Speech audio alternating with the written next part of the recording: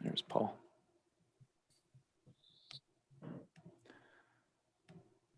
All right, I think we've got everybody. So I will call to order the Monday, May 24th Committee of the Whole meeting for Ravenna City Council at 7 p.m. The first item on the agenda is the approval of Committee of the Whole meeting minutes of April 19th, 2021. Was there any additions, corrections, questions on those items? That item? Do we have a motion to accept as submitted? So moved. Second. All in favor? Aye. Aye. So number 2 on the agenda is an ordinance to authorize the creation of 3 part-time police dispatch positions. This is public health and safety. Ms. Michael? Yes. Hello. Good evening, everyone.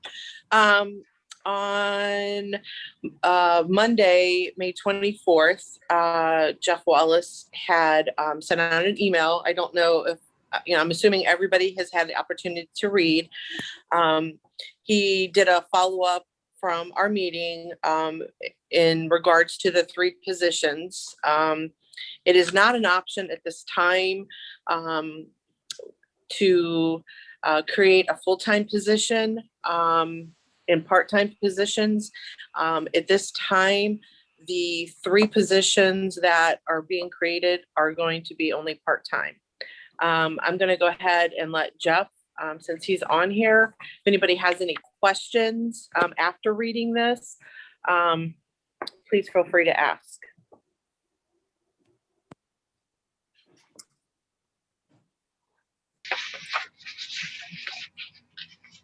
Any questions from anyone? I mean, my remaining question has always been, what about the funding? Right. Can we hear from Brian and the mayor about the feasibility? I mean, these positions are additions to our budget, and I'm not saying they're not worthy of consideration, but I think the mayor said it pretty well at the last meeting. There's any number of things we would really like to do, but are these things we can afford? Correct. So that's my question.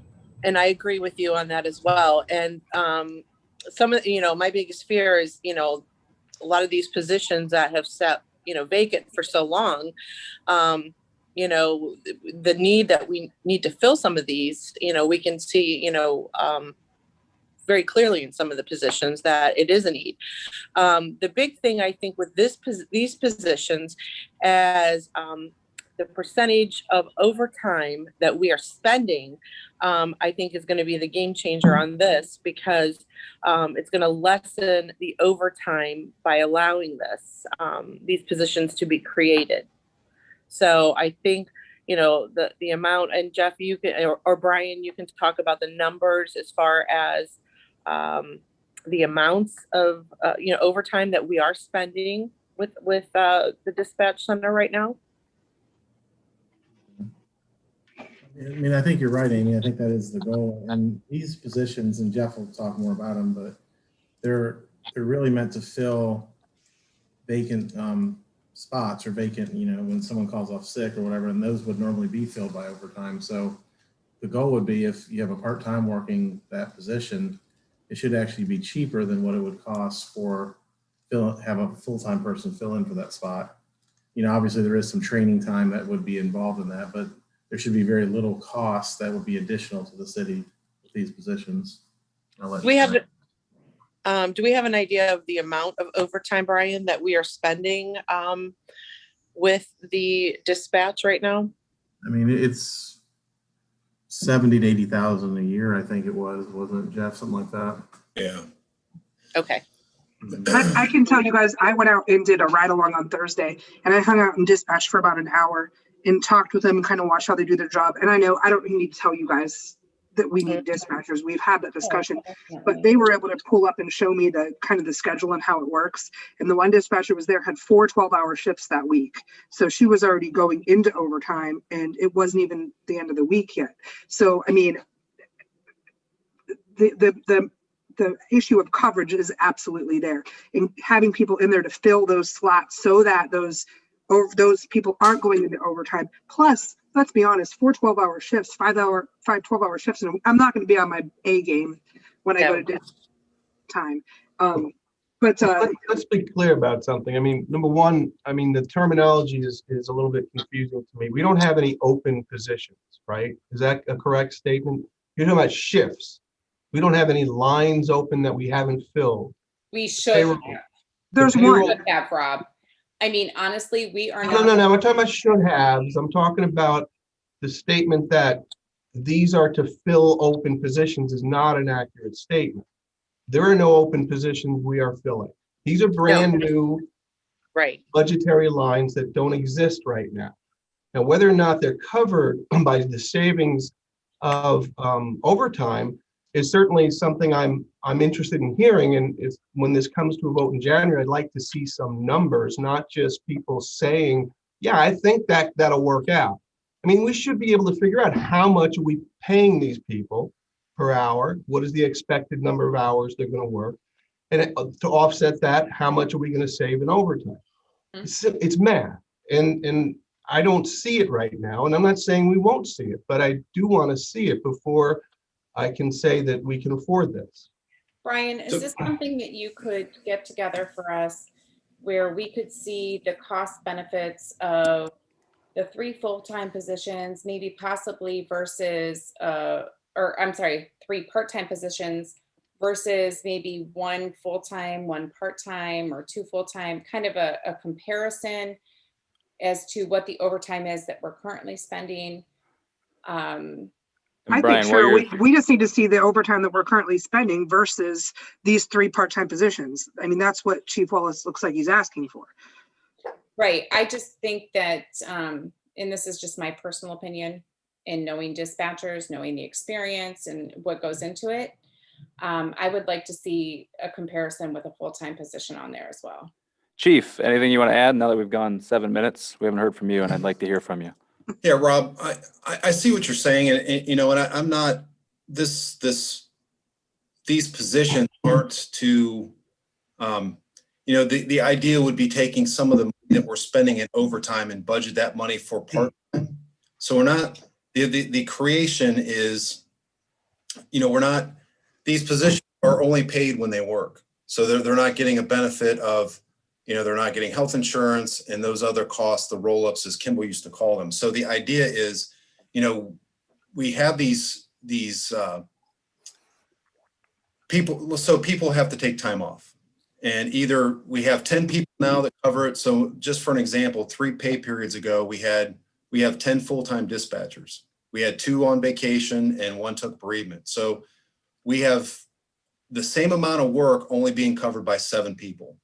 So what happens is, as much to what Christina was talking about, is we have those 7 people or those 8 people working all those hours. That time has They have to have coverage. Yes. it's not like an office where, you know, Sally doesn't come in and Sally doesn't do her work for that day. That stuff has to be covered. So the idea is by having this part-time, what it does is it allows us to be able to, if we had to cover the shifts because of the amount of time that the other people are working, we can cover that time with less money. It's about 2/3 less the cost. So if you're paying somebody $17-20 an hour, which is what an initial dispatcher starts to make, as opposed to somebody that makes $25 an hour at time and a half, that's what, almost $40 an hour.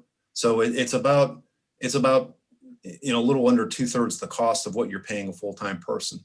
And the idea is then you're not putting all this work on the full-time employees who are struggling to, you know, balance all this work where, you know, you have these 12-hour shifts and you're spreading that over a little bit. And plus, and again, like I put in my email, I anticipate some retirements coming up. And we just had somebody leave our department, and it kind of put us in a position where, you know, it's going to be a couple months before we have this person up now who's able to carry the load of this work. So it's not like, again, the idea is I'm trying to forecast and be a little bit mindful in the hiring and making sure that we don't, when somebody retires or somebody goes off sick for a long period of time, we do have the manpower and the people available to work. So the 3, and the three people that I'm asking for are more so for future job or openings that I anticipate, but also too, again, if we're paying them at a lower rate than we would pay a full-time person, there's still going to be overtime. We're an aging, we have a lot of our dispatchers, in the last meeting, we talked about turnover. I talked to Cheryl Wood today about turnover. We are very fortunate. We don't have a lot of turnover.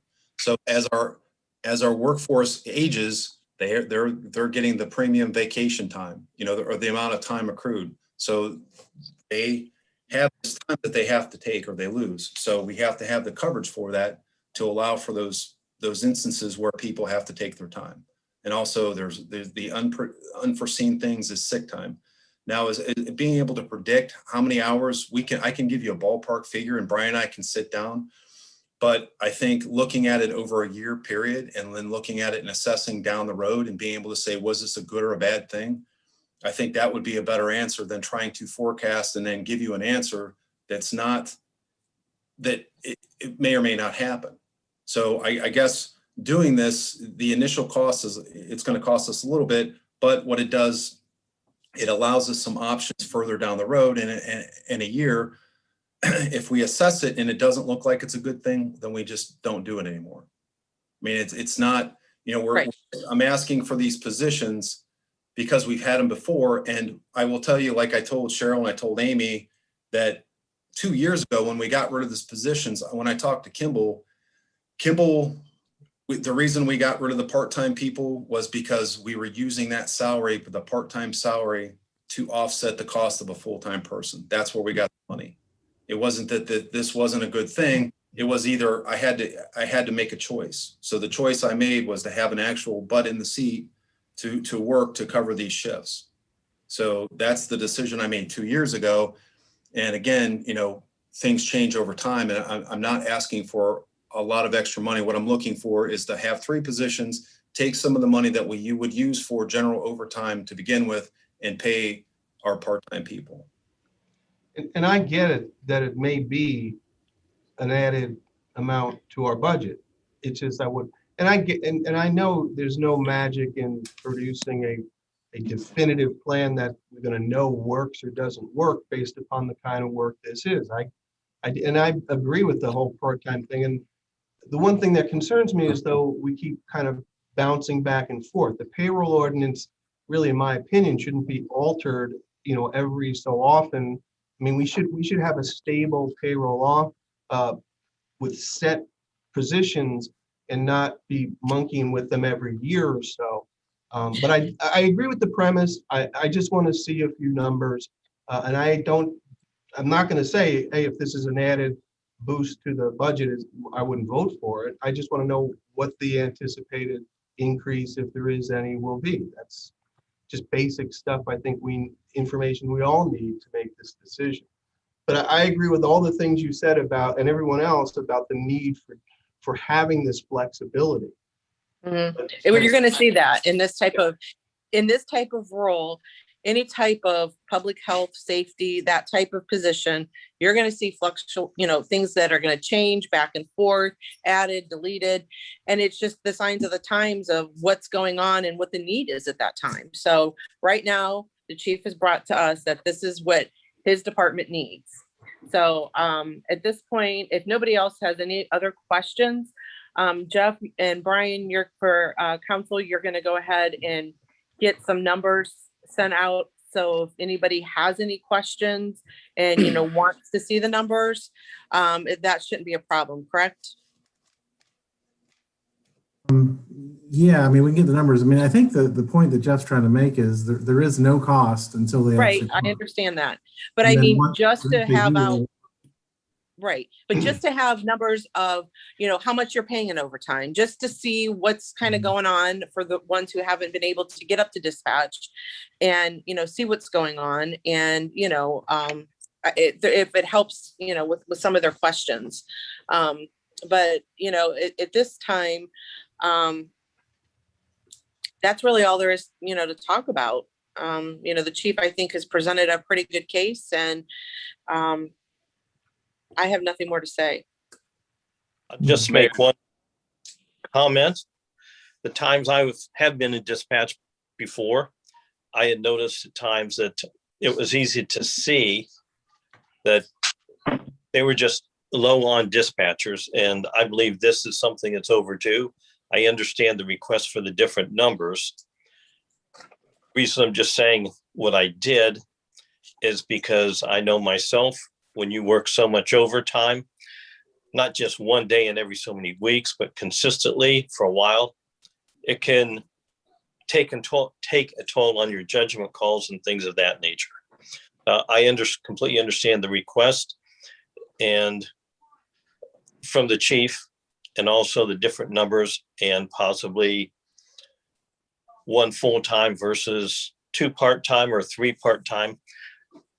And the advantage I see is then down the road when whoever or how many are going to retire, then hopefully these part-time people can slide into these spots as a very easy and smooth transition. Those were all my comments. Thanks, Paul. Mayor, did you want to hop in on this, or do you want to wait till the next item? The only thing I would want to caution everybody about is the fact that hardly anybody was able to use vacation last year. And I have signed a lot of slips for carryover. And I'm going to tell you, if they can get away this year, they're going to go. So it's not the same situation that we had a year ago or the year before that. This is a new situation and we need to address it. The other problem I see in the future, not just with this, but a lot of the jobs, I was with a young lady who's a sophomore at high school who works at a coffee shop over at Myers. Her supervisor asked her, do you know anybody else that can come and work? They don't need to know anything. We'll start them at $20 an hour. We're taking a dispatcher who's doing life and death work, and we're paying them less than that. And I don't know where this is going to end, because the price on trying to get help in goes up every day. And then we're competing for the same workforce. So we're gonna be forced along the line here to make some adjustments. And I have worked very hard, as council has worked very hard, to go from being broke 5 years ago to being very solid. And then COVID hit. We still are in decent shape, but we are adding. And we're not doing this flippantly. There is also a plan for each of these changes that will be coming. There, you'll see a few more, but I want it all at once, and I want to explain why. But these aren't decisions that I take lightly. I've said all along, we will not spend money we don't have. We're not going to do it. So I appreciate your diligence on your part, because I think you feel the same way. And that's really what got us to where we were. But right now we're playing with a different deck of cards. And I can't predict 100% how this hiring thing is going to go, but we have to have in mind it's probably going to happen, and people are going to take their vacations, and they've got extra time. They deserve their vacations. Yes. They deserve their vacations. And when you're in a dispatch position, it's a very high stress position. You're working a lot of overtime. And let's face it, if you're working too much and not taking your time off, it's going to cause health problems in the future, which means sick time off that you're not requesting because you want to take a vacation. It's because you have no other choice. And I think we are understaffed in our dispatch. It is very important that we look at this diligently and try to get them the help that they need to make sure they have the coverage that they need. I mean, there's times with a dispatch position that you don't get a lunch break. You don't get your 15-minute break that other positions and other companies have. Because if you've got calls coming in on the radio and 911 coming in, you don't get that break. You don't have that advantage. And so we need to make sure that we have the coverage that's needed to make sure that they're safe, they're healthy, and they get the vacations that they need. I have no problem supporting additional staff. I do think that it's important that we look at the numbers and we determine what is feasible. One of the things that we need to pride ourselves on is the services that we provide as a city. And this is a service. This is no different than the police and fire that we provide. It is our dispatch service. They're the #1 call. They answer all the phones, all the calls that come in. And we need to give them the proper service that they need. Whether it's full-time, part-time, we have to look at it. And I would like to see, when you guys are running those numbers, I want to know how many hours of overtime we've paid. Is 3 the right number? Could it be less? Does it need to be more? We need to know how many hours we're trying to cover with these 3 staff before we make that decision as well. If it's 1,000 hours, you know, are 3 part-timers going to be enough? If it's 200 hours, are 3 going to be too much? So we need to know what kind of time we're looking at, I think, as well. If it calls for full-time, then we have to look at that. All right. Well, Brian, when you have this. The well is not bottomless. No, it's not. It is not bottomless. And you can make this argument for a lot of places in the city. Yep. And I think we need I think to the big point evaluate. here is that if you hire a full-timer, you're talking about with benefits and everything else, you're talking about $80,000. If you're talking about the part-timers like Jeff is suggesting, the net cost is actually less than 0. It's actually a savings to the city. So there is no additional money necessarily, except for a little bit of training that is needed to fund this. I I think would that's say a little training, Ryan. Dispatch takes a lot of training. there's some money with training, but And the the shifts they longevity. cover are savings to the I city. mean, part-time versus full-time, you've got the longevity. I mean, once you got the training in there with a full-time person, they're more likely to stay. Part-time is not. Right. So But if you you're hire someone losing- part-time, Cheryl, that doesn't mean that a full-time position is not going to be available in the future in due the to future, retirements and but what changes. is our needs? If our overtime is looking like we need a full-time, and that's what I want to see. Mhm. I want to see what is our overtime calling for at this point in time. Yeah, and I appreciate the work, Amy, that you put into this, and Chief Wallace. I think that answering the basic question that we've all kind of been circling around is, Brian, if you could just get some of those numbers for us, that'll help us out on overtime and what these might pay. I think that'll help us get to the end point on this. So with that, is there any other questions before we move on? What is the pleasure of the committee? Ordinance. Ordinance. Ordinance. Thanks. Number 3 on the agenda is an ordinance to authorize the creation of a full-time fire marshal position. This is also public safety, Ms. Michael. Yay, it's all here. Hi, Mark. I'm happy to see you made it. Welcome. He wasn't sure. The fire department was pretty busy today, so he wasn't sure if he was going to be able to join us on this. Okay, we have a job description that Heather and Mark both worked on. And I'm hopefully, again, everyone has had an opportunity to look at the job description. It's, written out and on paper now. The one thing I do want to make sure everybody is aware of, that this is a union position. So, as far as knowing the exact number on, what the cost is going to be, that goes from bargaining unit. So we're not going to really be, we can provide some bit of information, but it's really, they're not going to know that right now because of it being a union position. Mark, is there anything that you want to talk about it? Or Chief, I'm sorry, Captain, I'm all out of the sort. All 3 are correct. So it doesn't. Yeah. I'm like, what? Okay, go ahead. I think basically all we're doing is talking about the same story that we just talked about with the dispatch. Yep. There's a position there that ultimately needs to be addressed. When you look at the amount of businesses that we have in the city and the amount of fire prevention or inspections that we've done over the last 15 to 20 years, and we're averaging about 20 to 30 inspections in a year when we have over 600 inspections that have to be conducted, obviously we were falling short. And that's not something that we could even pick up with part-time. We need somebody that's full-time that is going to be here, that is going to be dedicated in charge of that specific role and head that role at an administrative position. You know, when we looked at it rough stab, we figured with benefits, we were somewhere between, and Brian could correct me, somewhere between 90,000, high end 120. That's up to the city to see in finance and whatnot, to see if we can not just fund it this year, but to sustain it. I could just express the need for it and tell you the importance for it.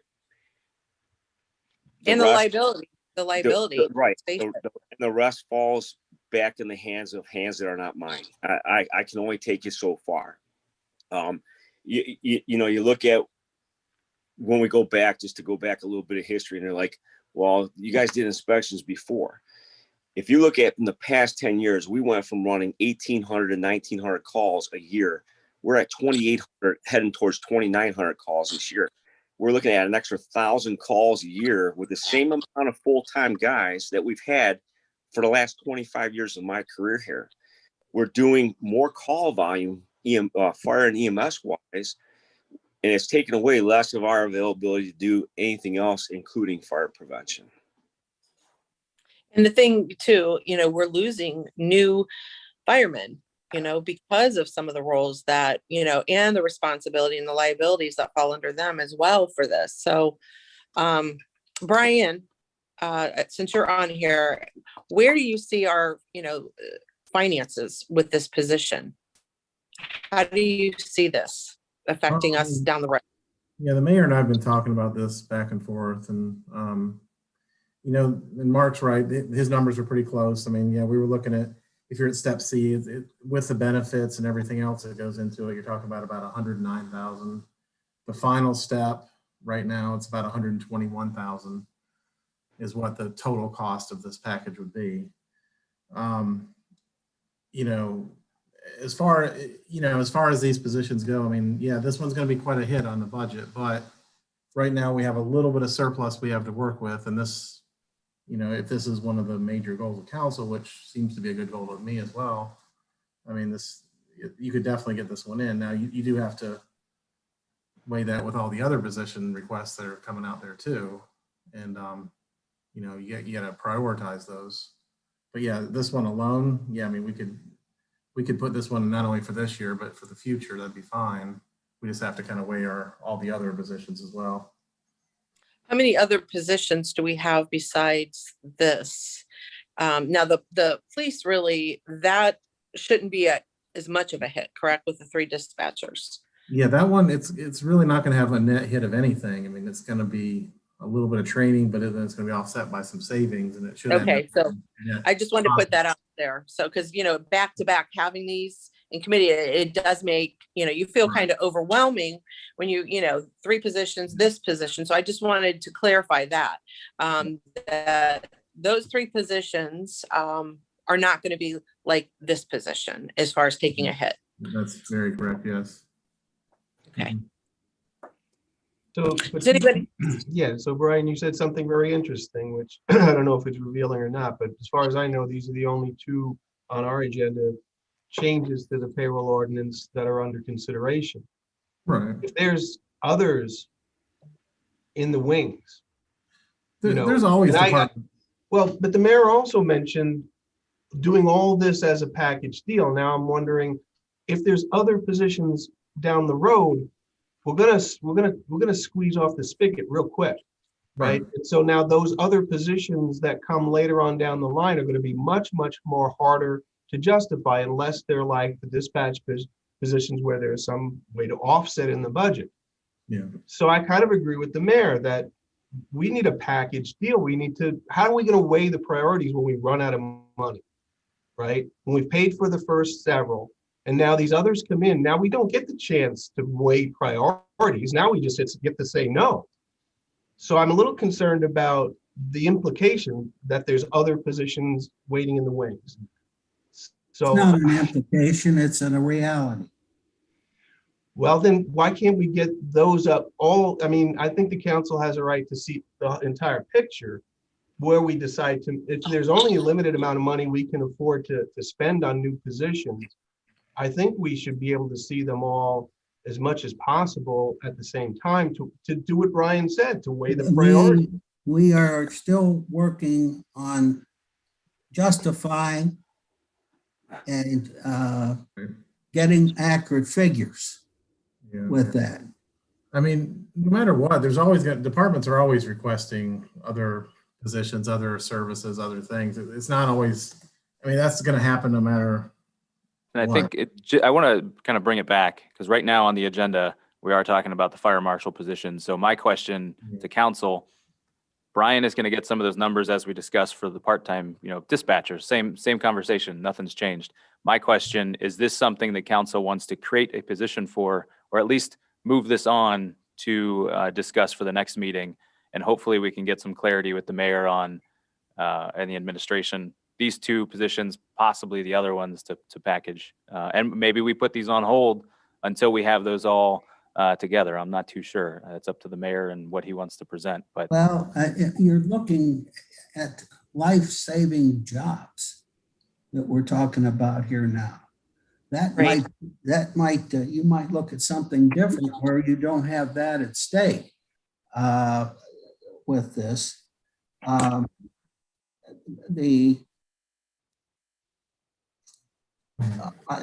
think, and that's just in my own mind with this, these two things, is that the three part-time positions are needed now. They need to be in the wings now. is the fire marshal position needed now? Well, we haven't had one. We could go on living like we have and roll the dice with this. The fire union brought this to the table initially. And this is nothing new that they've discussed. And I think that's when you're putting it on council, people's lives, when you phrase it like that, we're not going to say no. So the question then comes to budget, and that's where, you and Brian are going to have to fill in the gaps for council on what is feasible. I started, Brian and I asked him to find what gross amount of money we could possibly spend and to avoid going backwards. And I don't even want to be right at break even. We do not know what's going to happen in the future. And, recessions happen. And Lord knows nothing is very normal right now in the world of business in terms of hiring, and they're giving huge packages. I think they caught the disease they've got in Washington, where only we don't have a printing machine. We have to live off the money that comes through the door. Right now, these work. So, but we have to make an educated guess that, let's say, revenues drop off by 10%. Does it still work at that point in time? And that's why I originally told you I was going to bring that to you tonight, but I'm not bringing it until it's all correct, because we'll go through this with each and every one. I sometimes I find it a bit insulting that you think we do this stuff without thinking about it and what the services we're providing. Well, with all due respect, it's a little bit insulting when we get some of these items without the full picture, as council's been saying. So I think that having the full picture helps us make a decision, especially when we're creating 4 new positions. And we're talking about something that's been added to the agenda that we'll discuss later, as late as it has. I think that getting that to council, as our clerk of council has put out with all the administration, this goes back to, everything we've said before, this council has said before, that we need those items previous, with enough time to make these decisions, with enough information to make these decisions. And when we don't have it, then we have these long discussions, and then we're going back and forth, and we're trying to justify on both ends. So I think we had agreed that this was not going forward until July. You need more than a month and a half? Do you? More than a month and a half on this? Yeah, Well, we need the numbers. you're missing the point. Well, then make the point. I am.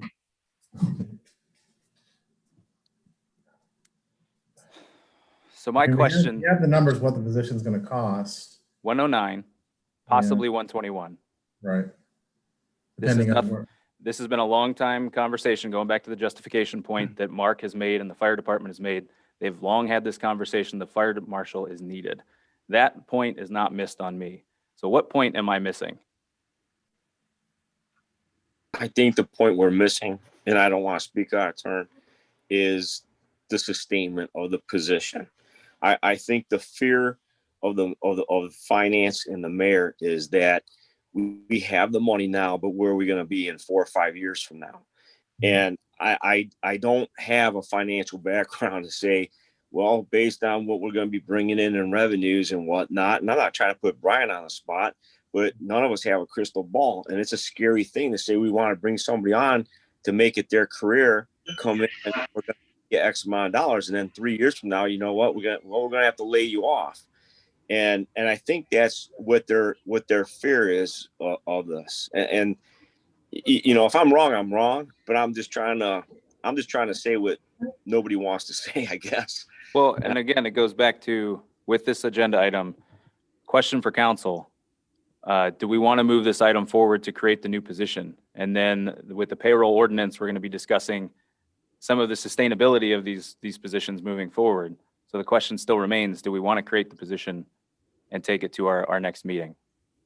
I'm not ready to say we're not. I want to move these things forward.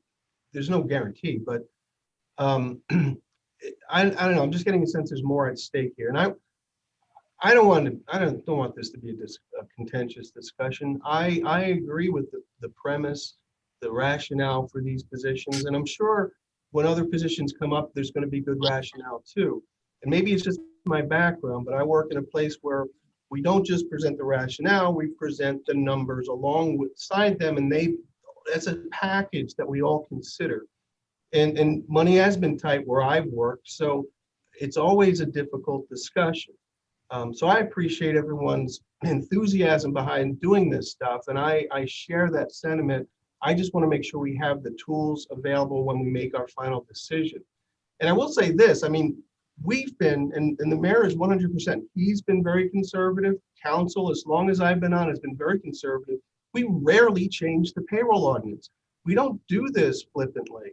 And so these are all permanent changes, and permanent is a funny word, but budgetarily, Brian, these are permanent changes to the budget and their ongoing costs. And the chief's right, we don't know 5 years from now, we never do. But our goal in making these decisions is try to avoid that we're going to make a decision now that is sustainable. And that's why I would like to see the numbers, just to make sure I have the confidence when I make the decision that it is a sustainable position and we're not coming back a year or two later to change it. And I hope nothing I say offends anybody in terms of the need for these positions. Rob, because I think we all recognize that. Rob, I agree with you 100%. We have to look at the feasibility of the numbers. We have to have numbers along with these positions in order to look at the feasibility. Is it sustainable? And that is the number one question that as council members, we have to be concerned about. Also, we understand the need for these positions. We want people to move to our city and create businesses in our city. And in order to improve that, we have to have the best services we can provide. These go along with that. These improve the services. But I don't know what some of the other positions are. I do know of other positions that are needed to also improve services, to improve people to want to come to our city. So I think that we do need to hear all of those positions very soon. But I have nothing against creating any of these positions, but I do want to see numbers. And I think too that we are presented with this information now. We can't, we are basing our decision on what's coming to us at this present time. So whatever comes after that, we can't help. We don't know. Nothing may come before us. My point was, it just seemed, I think, to some of us who've been on council a long time, it might have seemed overwhelming that, back to back, the timing of this, with the dispatch and this. So yeah, you're going to be a little more concerned. So I wanted to make the point that the 3 positions are not going to be as harsh, so to speak, on our budget as, this position. So it's not, you're perceiving all these positions coming at you, but you have to look on how they're affecting the budget. So this position is, completely separate. And, and it is, when you have these on your agenda back to back like this, it just doesn't, I think, the picture of it is kind of scary. So, but again, it's not council's job to tell department heads what they should have and, how they should hire. They know their needs of their department, I feel, and it's up to council to, listen to the administration and the department heads, and, we appropriate the funds and create positions. So we got to be cautious that we are not trying to manage some of these departments as well.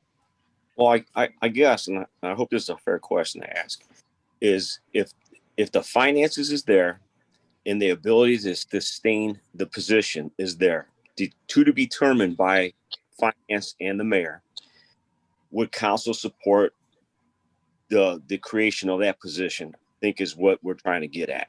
Right. And Yeah. and Absolutely. I mean, Absolutely.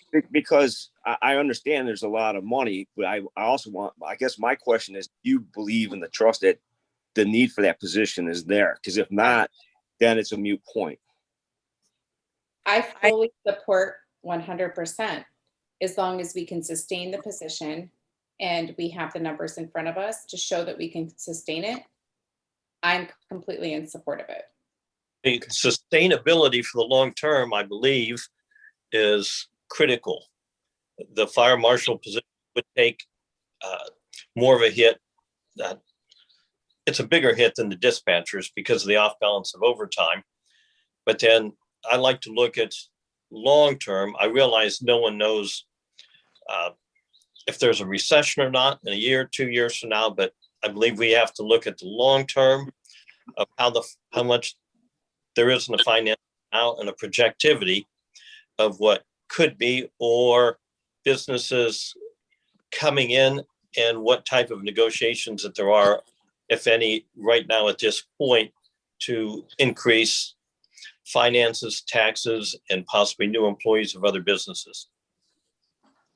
And I just want to add that I'm in full support if we're able to financially support this position, and that we are just doing our jobs that we are, elected to do, as far as making sure we have all the information we need as far as making a decision. The more information, the better.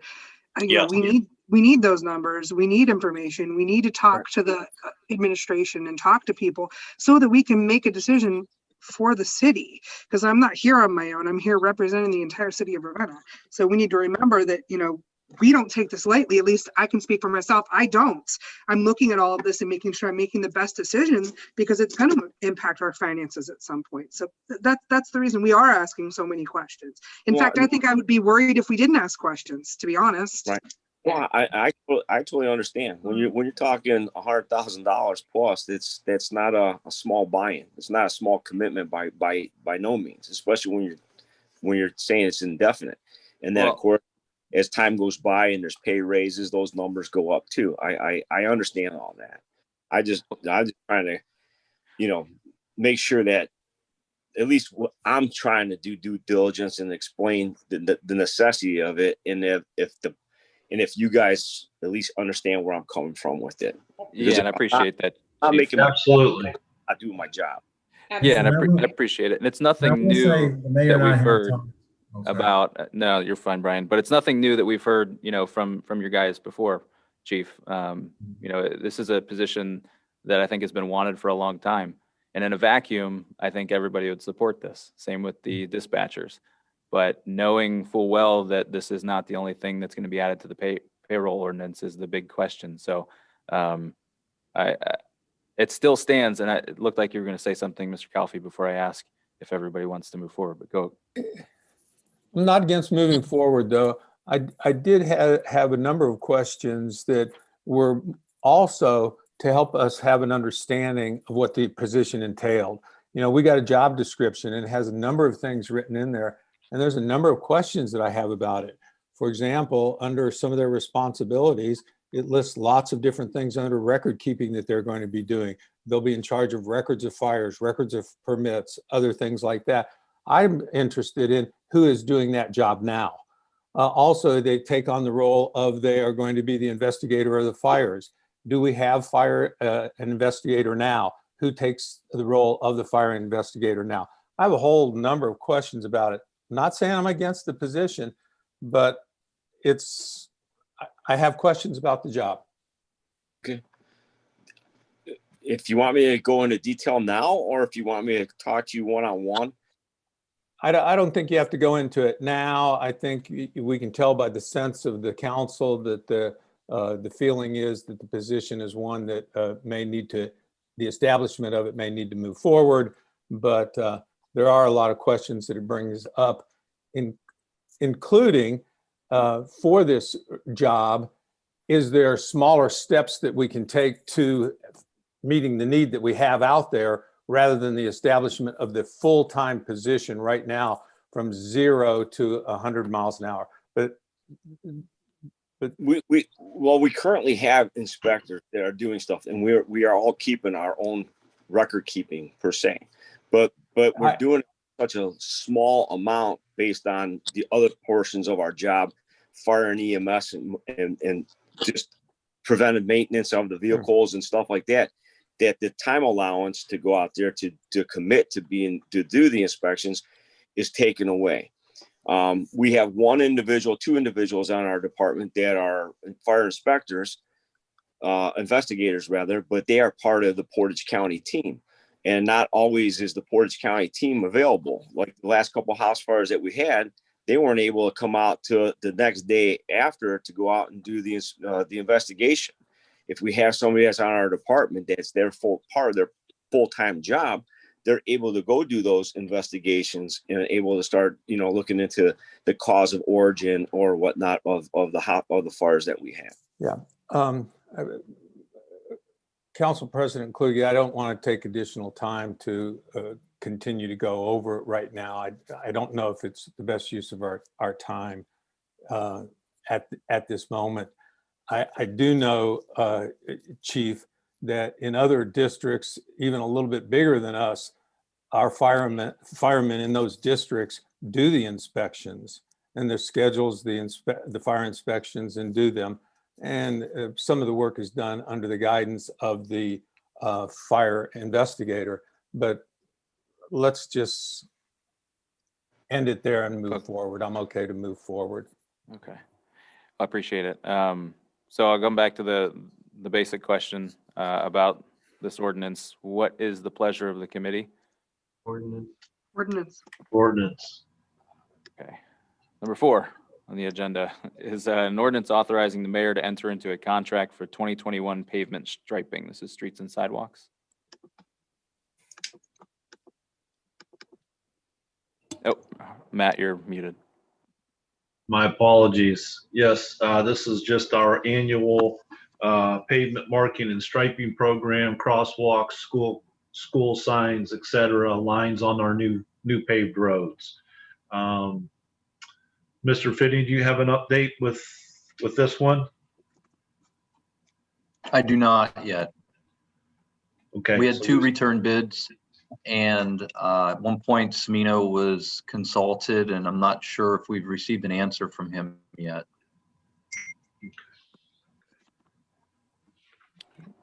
Any other questions on this item? As far as he has verbally given me Bob, he's verbally given me an answer that that the group that did it last year would be appropriate. But we'll double check with him tomorrow and get it in writing. Okay.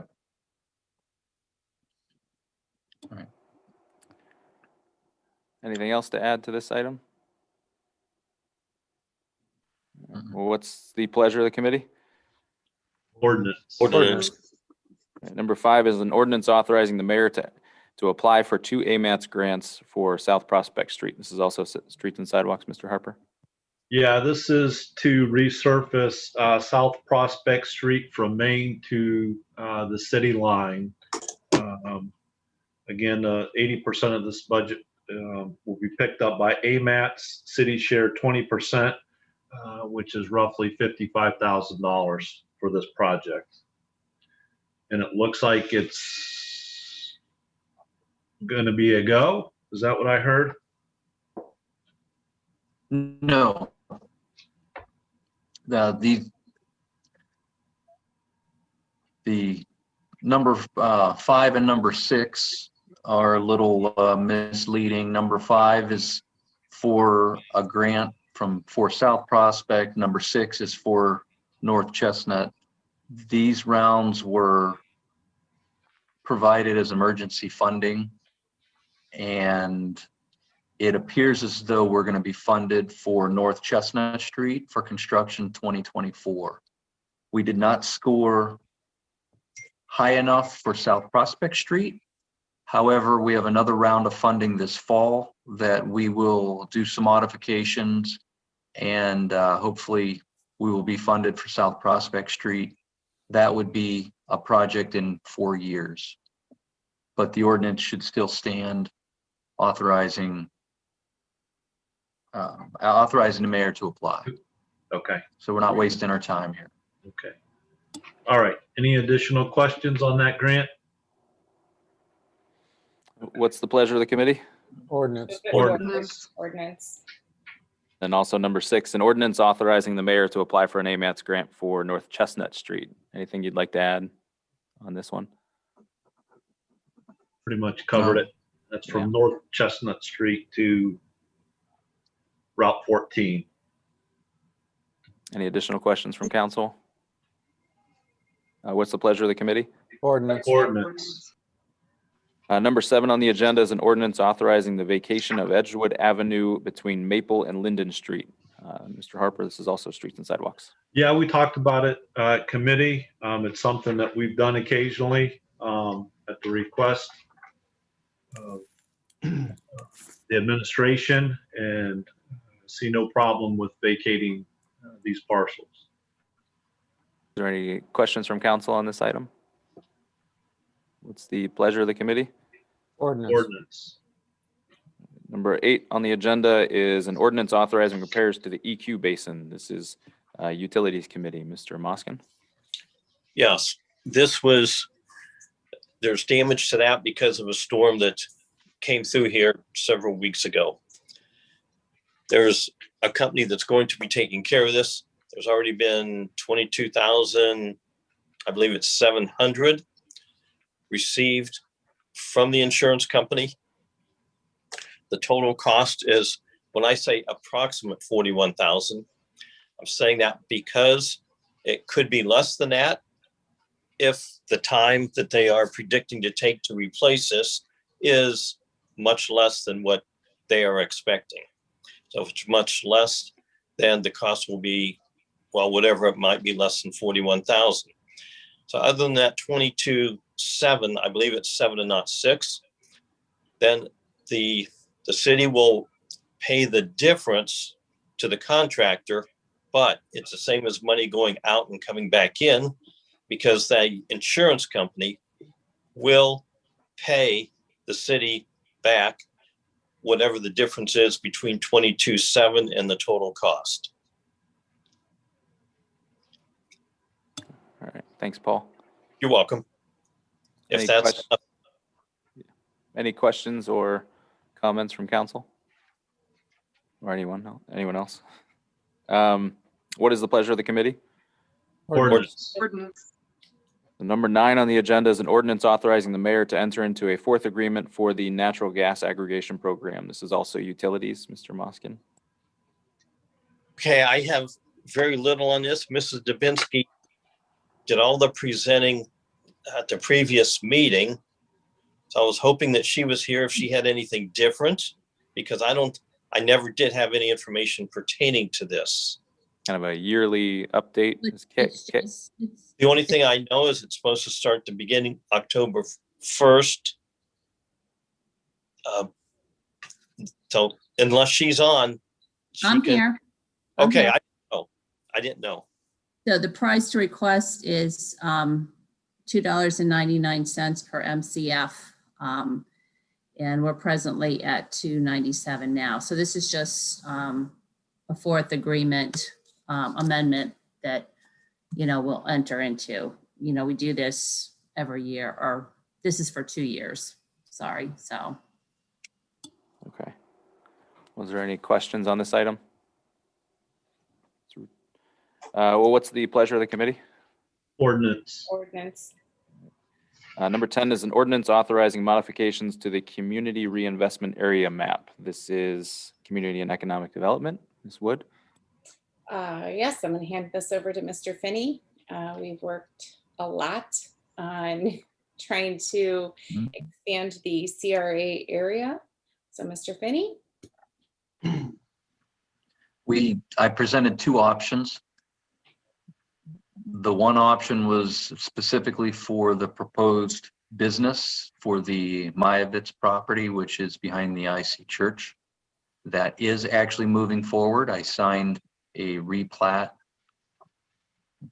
this afternoon, and they are still, as I said, moving forward. I'm not sure when they're going to close on the property, but this is one of the steps to close on the property.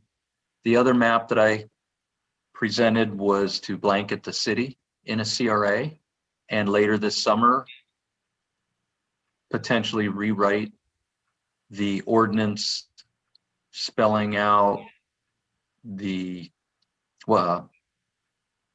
how the advantages are to the residents and businesses, be it 1, 2, 3 family, commercial, industrial, that sort of thing. And at the committee last week, it was pushed forward to blanket the city. Mm-hmm. Is there any questions? And isn't there some state legislation that's pending that might influence this? Yes, there's a couple of HB bills. They won't necessarily influence the expansion citywide, but it does change the priority of the CRA to make it more advantageous to make it citywide, because the priority will then be back to residential. So really, there's just not a downfall at this point to limit it. We expand it citywide, and it's advantageous in many different ways. But we're considering this time around is just the expansion to the place behind the church, right? Or are we voting on the Well, the entire city? last week, Go ahead, Bob. last week, we presented the 2 options, and the committee chose the full city as their option, not just the small expansion. Right, but that, I guess I'm confused So- because that's gonna require some more work on what you said about how Not we at- proportion. Not at this point. So we No, can just. not at this approve the point. map At this change. point, we're just changing the map. All right. Correct. This ordinance is specifically for the map. Once we have an ordinance expanding the district, then it will go to the state for approval. Okay. Once the state approves it and accepts it, it becomes our new CRA area map. Got it. Any other questions, concerns, comments? What's the pleasure of the committee? Ordinance. You can have that one, Cheryl. It's all right. Sorry, it's just a great idea and I'm excited to get it moved forward. Yeah. Well, you can have number 11 too. It's the engagement letter for the economic development matters from Retzel Law. So this is community and economic development. All right, guys, this one's a tough one, but the first thing I want to say with this proposal, I want everybody to know that Dennis is our economic development director and will be. Dennis, as you all know, has been out ill and we have been wishing him to get better much sooner. He's had some struggles. This is purely a consulting agreement on an as-needed basis. If anything would come through us for economic development purposes, where we would need somebody to be able to handle and move full steam ahead. Jason Dodson with Retzel Law Firm is willing to do that. You look through the proposal, typically their billing is ordinarily $350 per hour. However, he's willing to charge $195 for himself and another attorney that would provide the services to the city only on an as-needed basis. And this is only until Dennis can come back full steam ahead. Focus on this is to let Dennis rest and heal and get better. And we can't wait for him to come back. But if we would need these services in the meantime, this is just a contract in order to have somebody that can step in and take care of matters. Because as you know, with economic development deals, things cannot sit on hold. They can't wait. So this is just kind of a backup, something to keep us moving forward so we don't lay stagnant. And I think that's a good point, as needed. So my question to the mayor and just the administration as a whole is if this would be used. I know that Dennis is still active. So my question, would you use this? Should council approve this and move this on? Highly unlikely. Because we have other people that we work with. We're working with them now on the Ray Harner's property with a group from outside the country. And we're working with people from NEO, Northeast Ohio Development Group. Mr. Earhart has done an excellent job. And whenever I run into people, we had an interview from a woman that represents NEO Development in a contact at both Mr. West and I. She was calling to tell us how useful their organization could be. And then we told her we're already using it and we know how good it can be. And then she was kind of taken back by the progress that we've made with it. So we have other people. So that this would be a last resort type of situation. Yeah, I mean, I have some concerns about this, to be honest with you. I don't know that,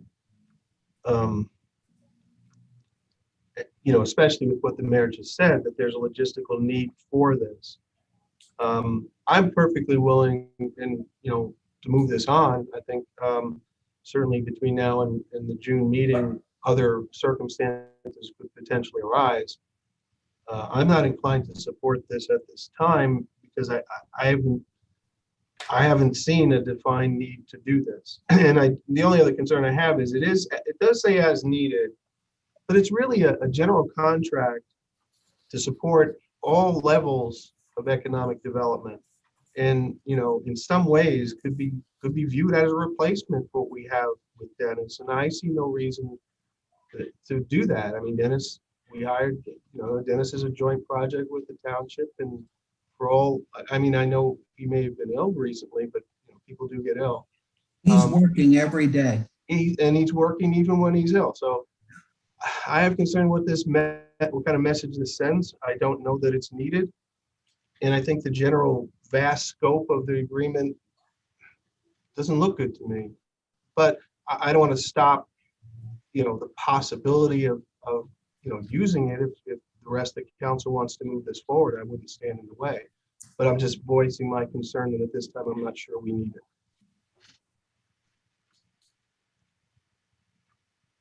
I believe it's a very good idea until Dennis is ready to come back and is completely recovered from his setback.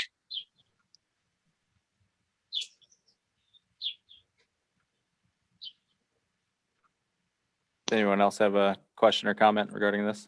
Who Yeah. who determines when the lawyer from Retzel and Andrus needs to be called in? Is Dennis choosing when to call it in? Is Cheryl? Is the mayor? I'm not sure. Well, now you're getting into, we're constantly teetering on council people becoming administrators. And to call them in with that would be a consultation with Mr. West, which I've had one. He fails to see the need for this situation, but it used to be the mayor that did that. I ran the whole program for 4 years. I think That's good to know, sir, just because as needed is such a loose term, right? So to know who would be, if it weren't as, I don't think it's necessary right now, especially if Dennis is working every day, but as needed could be 5 hours a week, it could be 50 hours a week. So to know who would determine that is important. Yeah, the contract doesn't give us any clue, and I don't think it would necessarily do that. But yeah, maybe there's a major project and we assign it to this firm and it turns into a boatload of money. And is there conflict? Do we create a conflict where we don't need one? And I didn't know until you just mentioned it there, but if Dennis is opposed to this, then I'm opposed to this. I think this should be done in coordination with him, not in opposition to him. That doesn't make sense to me.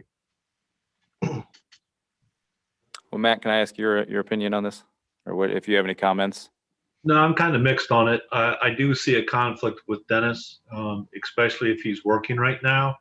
I'm kind of mixed on paying 2 different people to do the same job.